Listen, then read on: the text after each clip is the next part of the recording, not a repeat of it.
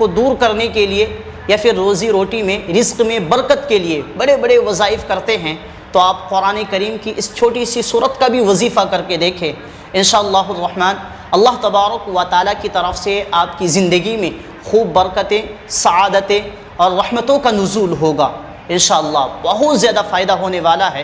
سب سے پہلے اس چیز کو جاننا ضروری ہے کہ آپ سورہ کوثر کو کن کن مقاصد کے لیے پڑھ سکتے ہیں۔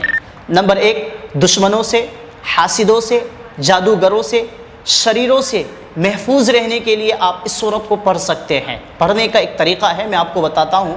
قرآن پاک کی اس چھوٹی سی سورت کی تلاوت کریں، اللہ تبارک و تعالیٰ آپ کو ان تمام قسم کی شرور و فتن سے حفاظت فرمائے گا، یعنی دشمنوں اور پریشانیوں سے حفاظت فرمائے گا۔ نمبر 2، اولاد کے لیے آپ اس وظیفہ کو کر سکتے ہیں، چاہے لڑکا کی خواہش ہو یا پھر لڑکی کی، یا پھر آپ کے یہاں اولاد زندہ نہ رہتی ہو، اس کے لیے آپ پڑھ سکتے ہیں۔ نمبر 3، خود کی حفاظت اور زندگی میں برکت کے لیے آپ اس وظیفہ کو کر سکتے ہیں۔ نمبر 4، کاروبار کو بڑھانے اور ہر قسم کے نقصان سے بچنے کے لیے یا پھر چوری سے بچنے کے لیے آپ اس سورت کو پڑھ سکتے ہیں۔ نمبر 5، حافظہ کو مضبوط کرنے اور ذہن کو کھولنے کے لیے، اگر آپ کو کچھ یاد کرنے میں مشکل ہوتا ہے یا پھر جلدی یاد نہیں ہوتا، یا پھر آپ ایک اسٹوڈنٹ ہیں، تو آپ کے لیے یہ سورت ایک بہترین تحفہ ہے۔ نمبر 6، شادی کے لیے مددگار ہے، من پسند کے رشتے کے لیے مددگار ہے۔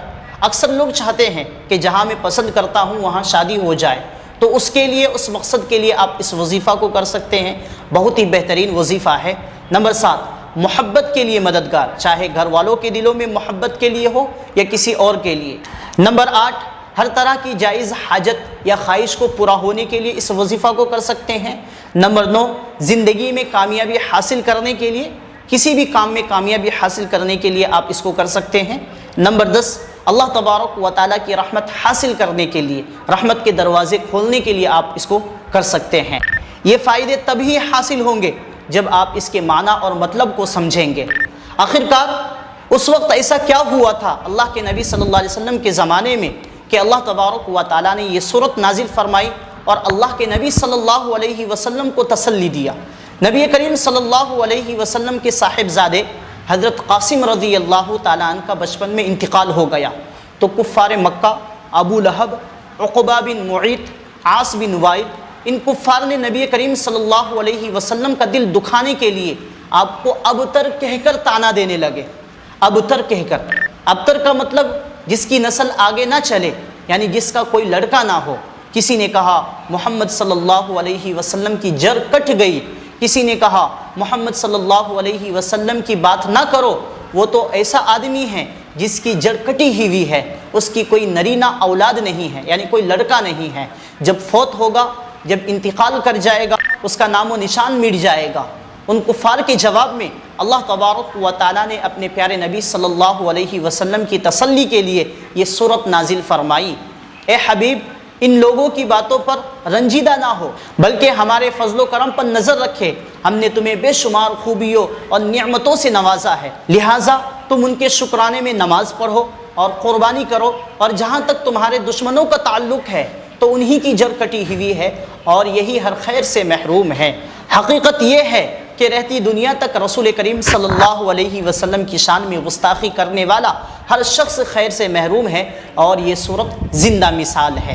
تو یہاں پر آپ قرآن کریم کی اس سورت کو سنیے، انا اعطیناک الکوثر، اے پیغمبر یقین جانو ہم نے تمہیں کوثر عطا کر دی ہے، فصلی لربک وانحر، فصلی لربک وانحر، لہٰذا تم اپنے پروردگار کی خوشنودی کے لیے نماز پڑھو اور قربانی کرو۔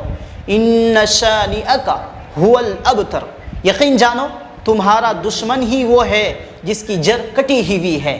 یہ وظیفہ کیسے کریں گے؟